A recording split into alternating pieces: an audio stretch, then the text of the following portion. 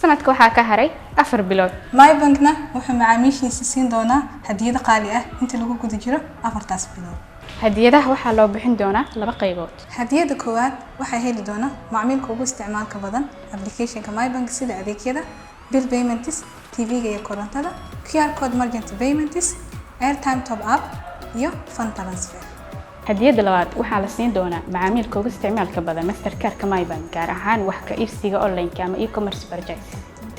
Hadiyadaha la bixin doono waxaa kamid ah ticket go and back oo ku aadi karto cimrada, iPhone 13, Samsung Tab, Samsung Galaxy S10 Plus, TV screen, HP ama Lenovo laptop iyo biilka TV-ga oo ah muddo 1 sano.